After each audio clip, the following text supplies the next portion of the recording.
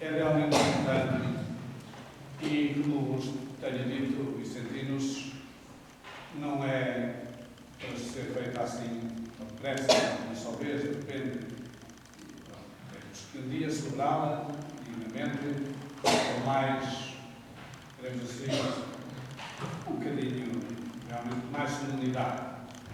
Porque hoje é o mesmo dia do aniversário, pois há 130 anos nasceu, conforme escutou este texto, nasceu a Conferência Vicentina,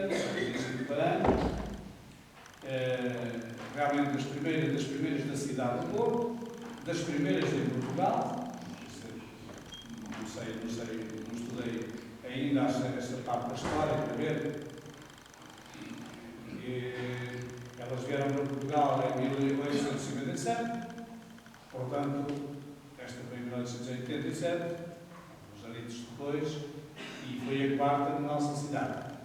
Portanto, é realmente para eu também ter tempo para estudar a história e saber melhor, para um dia, depois, podemos ter uma sessão educativa dos 130 anos, convidarmos os nossos pares, os nossos outros vicentinos da cidade, do Conselho Central, e realmente invocarmos diante da nossa paróquia estes 130 anos de vida a fazer bem. Porque realmente, quanta fome não saciaram, quantos problemas realmente não resolveram, quantos empregos não ajudaram a construir, quantas mortes, quantas pessoas não ajudaram a morrer, quantas doentes não visitaram. Por isso, realmente foram 130 anos de vida, de ajuda material e, sobretudo, a ajuda espiritual. E por isso, não cabe, 130 anos, não cabe uma pequenina celebração num dia de semana para colocar realmente a grandeza e a história desta conferência. Hoje celebramos São Tito e São Timóteo, que foram dos primeiros bispos, primeiros continuadores dos apóstolos. Diremos que foi muito importante a segunda geração muito importante. A primeira geração são os apóstolos. Esses viram, ouviram, estiveram de perto com o Senhor Jesus. A segunda já não conheceram o Senhor Jesus, já não o viram, já não andaram com Ele. Ouviram falar que Ele fez isto, que Ele fez aquilo, que esteve aqui, que esteve ali. E estes segundos vão pelo testemunho dos primeiros.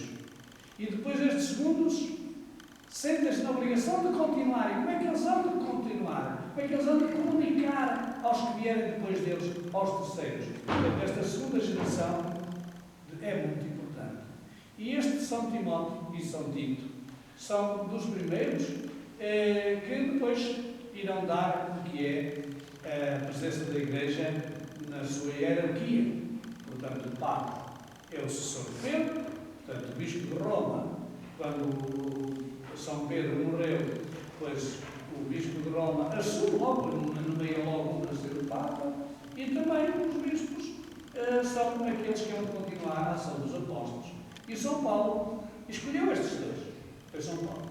É muito bonito o texto de hoje da carta de São Paulo a Timóteo, em que fala aqui de dois aspectos muito importantes.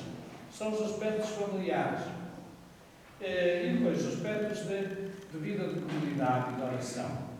Reparai que ele diz aqui: invoco a lembrança sincera da tua fé, que foi também a da tua avó e a da tua mãe.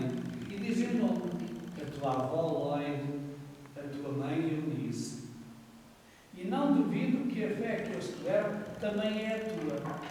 Portanto, São Paulo conheceu a família do Timóteo, a avó, o papel da avó. Na minha história também, o papel da minha avó, a avó que eu conheci, das duas só conheci uma, foi fundamental na minha vida.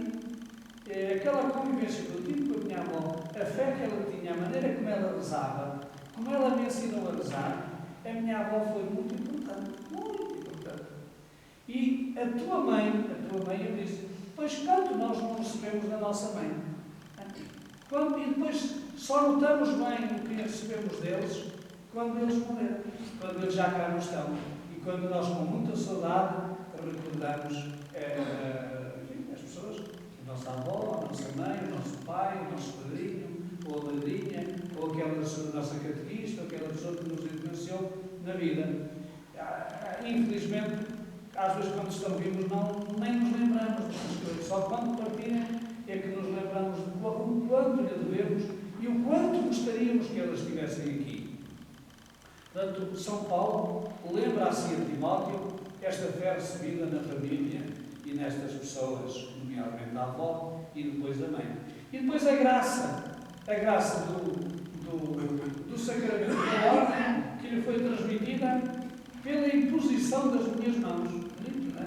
Portanto, hoje este gesto consecratório de imposição das mãos era um gesto que Jesus usou para os apóstolos, que os apóstolos usaram para os primeiros bispos, como foi Timóteo e São Tito, e depois diz, agora nós não temos um espírito de timidez, nós não somos tímidos, nós temos de ser pessoas que vão à luta, pessoas que vão evangelizar, que vão continuar, nós não podemos ficar cheios de medo e agora o que é que vai ser de mim, o que é que vai ser de nós? Não, o Senhor dá-nos coragem, por isso nos insufla o seu Espírito Santo, que nos deve dar coragem, deve dizer, ensinar o que nós devemos dizer e fazer nas ocasiões em que é preciso. Portanto, muitas vezes nós perguntamos, Senhor, o que é que eu vou fazer? Isto é um padre que diz, mas também um pai, uma mãe, um jovem também terá estes momentos em que tem que perguntar, Senhor, o que é que queres que eu faça? Eu não sei como. Então, se fizermos este pedido, se rezarmos assim, o Senhor dá-nos força, o Senhor dá-nos ânimo, o Senhor dá-nos iluminação, dá-nos realmente coragem para avançarmos. Não tem vergonha de dar testemunho do nosso Senhor Jesus Cristo. E se for preciso, sofre comigo no Evangelho. Portanto, estas palavras, como vedes, tão bonitas, de São Pedro, de São Paulo, ao Timóteo, ao seu amigo Timóteo, são também para nós.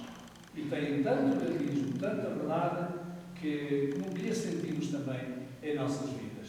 Procuremos então ser livres continuadores destes que nos transmitiram a fé, destas figuras mestras do Evangelho, como foram os apóstolos, os primeiros mártires, os bispos, como também daqueles que nos precederam diretamente, como foram os nossos avós, os nossos pais, ou as pessoas que nós conhecemos, e que nós também nos esforcemos por deixar aos mais novos este testemunho de fé, para que quando for a nossa vez de partirmos, também eles poderem dizer, olha, afinal eles também receberam e também transmitiram, e bem. Oxalá então que a fé, que esta transmissão possa continuar com sucesso para que o mundo seja um pouco melhor.